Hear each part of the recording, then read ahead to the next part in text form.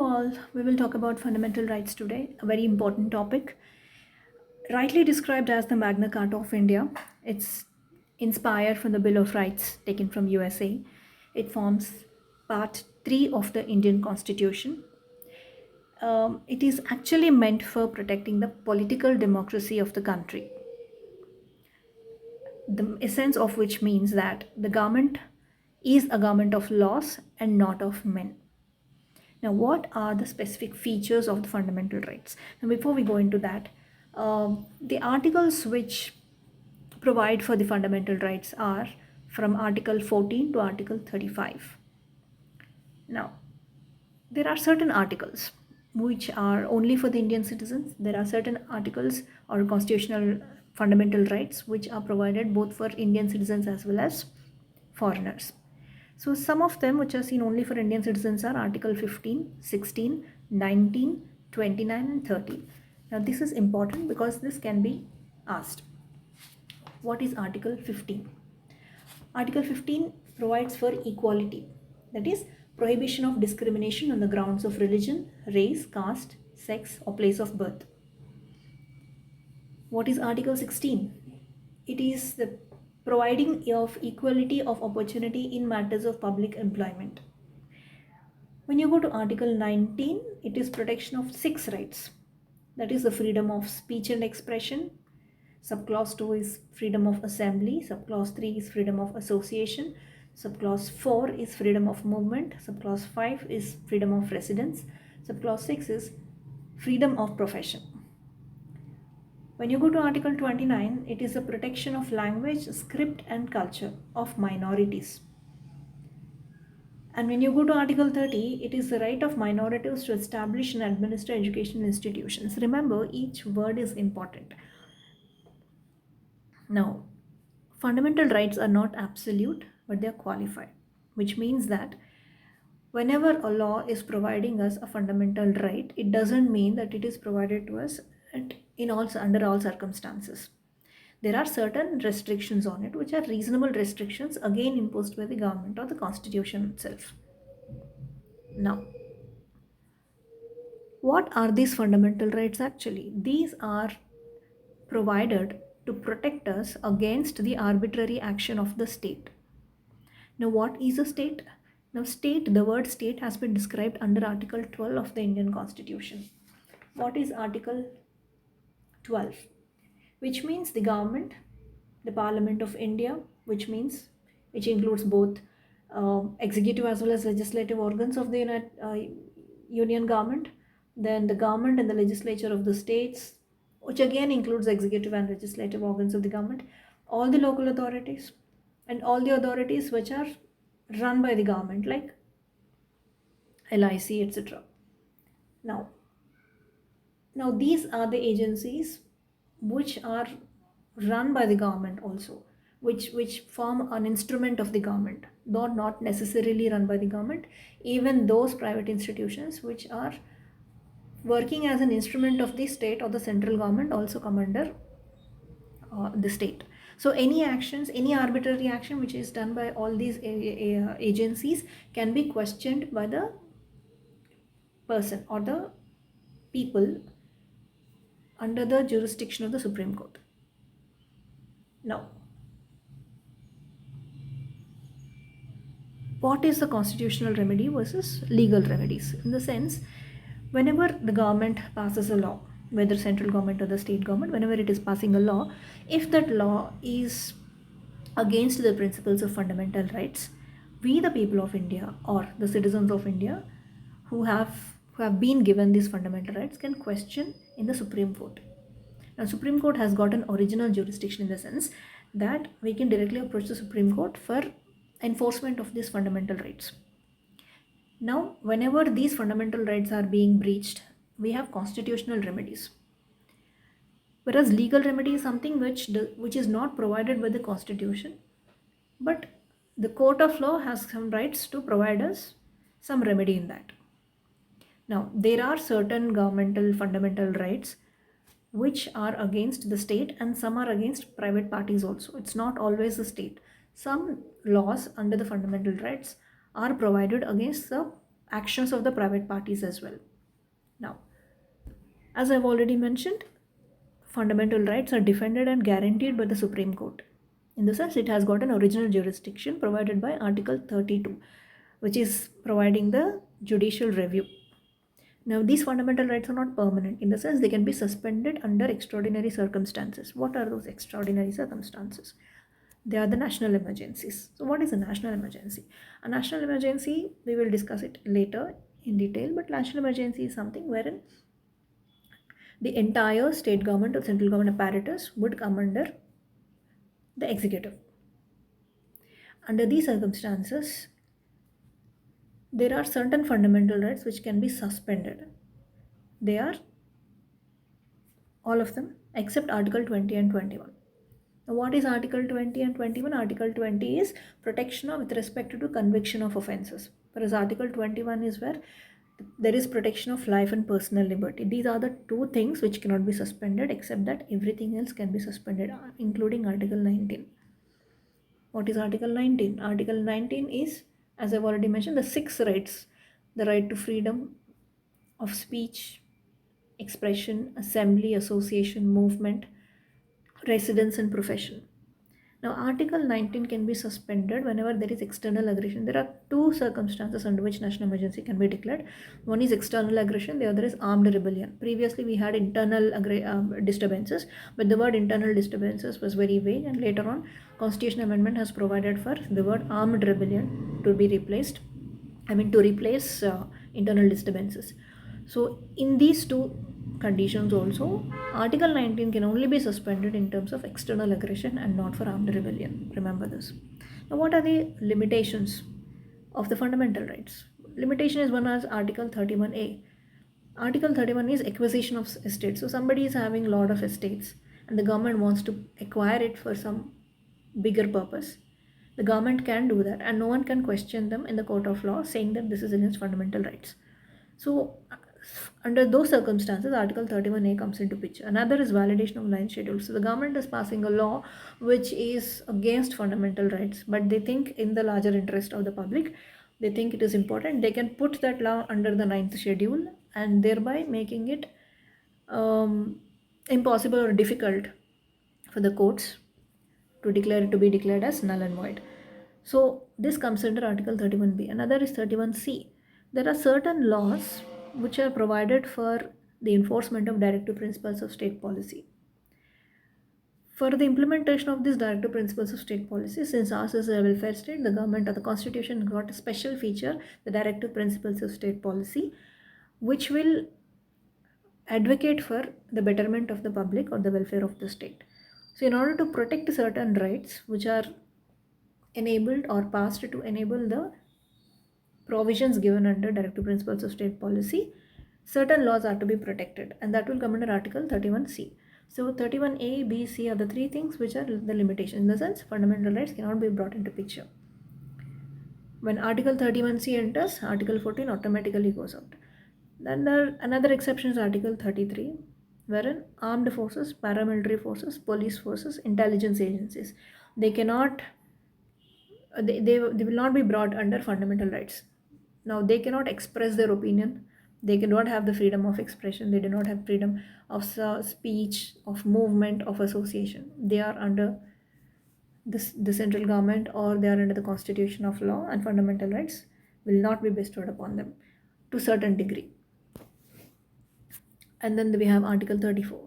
So, under certain circumstances, whenever the law and order is not under control, martial law can be declared in certain areas wherein fundamental rights can be suspended temporarily for a period of time until Article 34 is in place. Now, these are the exceptions. Now, what is Article 35? Most of the laws mentioned in fundamental rights are self-executive, in the sense they can be enforced without needing any law. But there are certain provisions of fundamental rights which need a separate law to be passed by the parliament by the parliament and not by the state legislature. So if you want to make any law to enforce the fundamental rights, only the parliament has got a right to do that, and that provision is made under Article 35. Now, what is Article 13? Article 13 provides for doctrine of judicial review. As I've already stated, Supreme Court has got an original jurisdiction for the enforcement of fundamental rights, which is provided by Article 32, that is judicial review. And even high courts have got certain jurisdiction in this regard, provided by Article 226. Now, this entire thing is provided by Article 13. Now, Article 13 actually defines the law. Now, when you are going to the court of law saying that certain fundamental right is being, suppressed by a particular law which is passed by the state government and the central government, the Article 13 actually defines what a law is and what are the laws that can be dragged to the court of law for the contravention of fundamental rights. So, what is a law? A law is something that can be passed by the parliament or by the state legislature or the ordinances passed by the President of India or by the governor of the state. So what is an ordinance? So whenever the parliament or the state legislature, the house is not in session, and there are certain laws that have to be passed because there is not enough time and there is no provision for a session to be conducted at that point of time, the president and the governor have certain rights to pass ordinances to let the business run. And even these ordinances can be defined as laws and then can be questioned in the court of law for contravention of fundamental rights. Now, delegated legislations also can be questioned. Non-legislative sources of law, anything can be questioned under Article 13. Now, there is one exception to it, that is constitutional amendment. It's not a law and hence cannot be challenged. According to Article 13, constitutional amendment is not a law which cannot be questioned. But in 1973, we had Kesavananda Bharati case, according to which the Supreme Court had declared that if at all a law is passed, even if a constitutional amendment is made and it is not in line with the principles of fundamental rights, the Supreme Court has every right to question it, to go into it, inquire it, and then declare it as null and void if the circumstances need. And that is where Kesavananda Bharati case is important, because it is providing for the basic structure of the constitution. So Kesavananda Bharati case is something where it brought the idea of constitutional amendment into picture, in the sense what can be amended under the Constitution of India. Can you amend it entirely? No, it is only possible only to certain extent. So Kesavananda Bharati case has actually put certain regulations or limitations onto what can be amended, what cannot be amended. So it has defined something called basic structure of the Indian Constitution. The idea of basic structure was not there before. Certain fundamental rights have been amended under Constitutional Amendment Act, and these were against the principles of the basic structure of the Indian Constitution. And hence, Kesavananda Bharati case has brought up this unique idea of basic structure, wherein you can make any amendment to the Constitution, but keeping in mind that the basic structure of the Indian Constitution should not be amended. So according to them, any law can be challenged and declared as null and void if it is against the fundamental rights. Now today we will talk about right to equality, which is provided by Articles 14 to 18, 14, 15, 16, 17 and 18. What is Article 14? Article 14 is equality before the law. It also provides for equal protection of laws. Now, equality before law is taken from the British Constitution, which is a negative principle, in the sense no special provisions will be provided to anybody, no matter who they are, under Indian Constitution. Equal protection of laws is taken from the American Constitution. It is a positive concept, in the sense each and every person in the country who is under similar circumstances, facing similar situation, will be subjected to the same law, irrespective of who they are. It is a positive concept. So they have brought in something called the rule of law.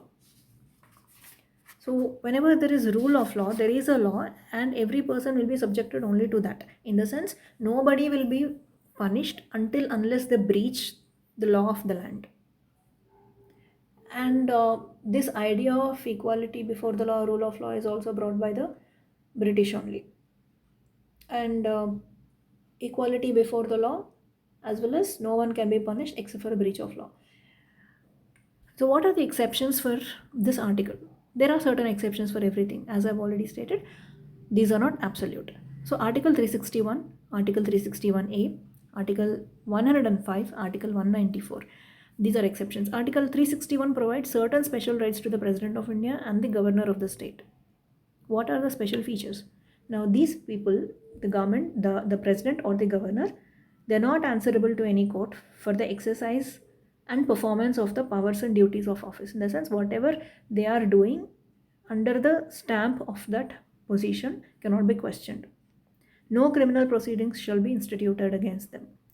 No civil proceedings also can be instituted against them, except without giving them a notice of 2 months period. If they have given a notice for 2 months, thereafter they can do that. No process for arrest or imprisonment of the president of the governor.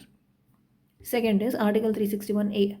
Suppose some proceedings are happening in the House of the Parliament of the state legislature, and somebody is taking that information, reporting the true events, that is by the print or the news media. These people cannot be questioned, in the sense they are not liable to any civil or criminal proceedings. That is one exception. Then Article 105. This is for the MPs. Article 194 is for the MLAs.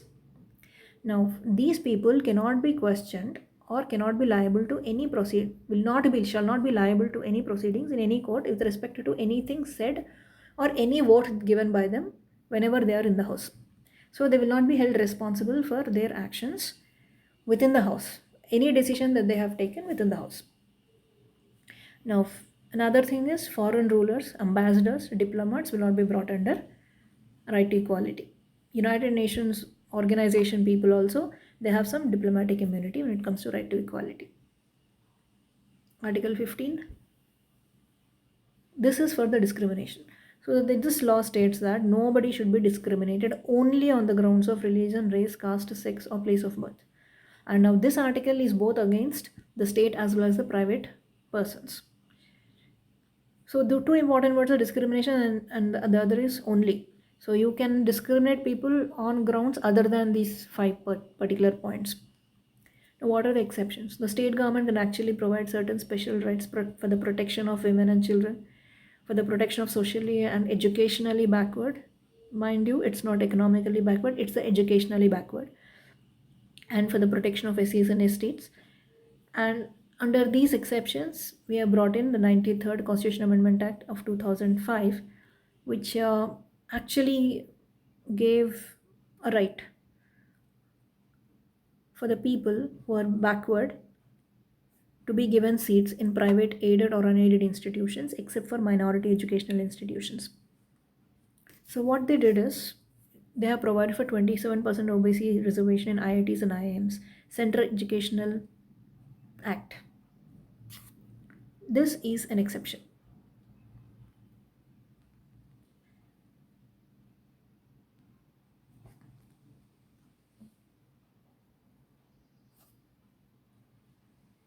Now coming to Article 16, this is provision of equal opportunity under the state. So anybody who belongs to India under certain circumstances will not be denied of any position if they have all the qualities as prescribed for that particular position under the state government or the central government. When I say state, it means both state as well as central government. What are the exceptions? Certain exceptions could be residence. Like for example, Andhra Pradesh government has got something like residential preference. People who belong to a particular area will be given preference in terms of equality of opportunity in jobs. Then reservation is one exception against Article 16. Then religious institutions, the people running religious institutions have some rights to provide certain seats or jobs to people belonging to their particular religion. Now, Mandal Commission has been appointed in 1979 to look at certain circumstances under which people belonging to OBCs can be provided reservations. They've recommended 27% reservation, which was not immediately implemented but was brought up under P.V. Narasimha Rao government in 1991. Then we have got Ramanandan Committee, which brought up the concept of creamy layer among the OBCs. Now coming to Article 17. Article 17 actually abolishes untouchability. Now this is against both private persons as well as state government as well as the central government. So according to this, certain laws have been passed, like Protection of Civil Rights Act of 1951, Prevention of Atrocities Act of 1989. Now, according to this, you cannot prevent any person from entering any place of public worship or justifying untouchability on any kind of grounds, denying access to public or private areas or public entertainment also, and insulting anybody based on their identity, and refusing admission into hospitals, schools, or any areas. Now, these are all the provisions under Article 17. Then you have Article 18, which is abolishing titles. So you cannot have titles like Maharaja, Diwan, etc. Except for military and academic distinctions, you cannot have any titles. If an Indian is being given a title or any gift or anything by the foreign government, they have to take the consent of the Indian government. And if a foreigner is working in India under Indian stamp, again they are given any kind of award or anything, they have to take the consent of the Indian government. Now, the consent now in these circumstances is given by the President of India. Now, exceptions for Article 18 is national awards. This was actually instituted in the year 1954. Now, national awards can be given, but thing is, it cannot be used as a prefix to the name. So, these are the five Article 14 to Article 18. These are the five articles which come under fundamental right to equality. We will talk about fundamental right to freedom in the next class. Thank you.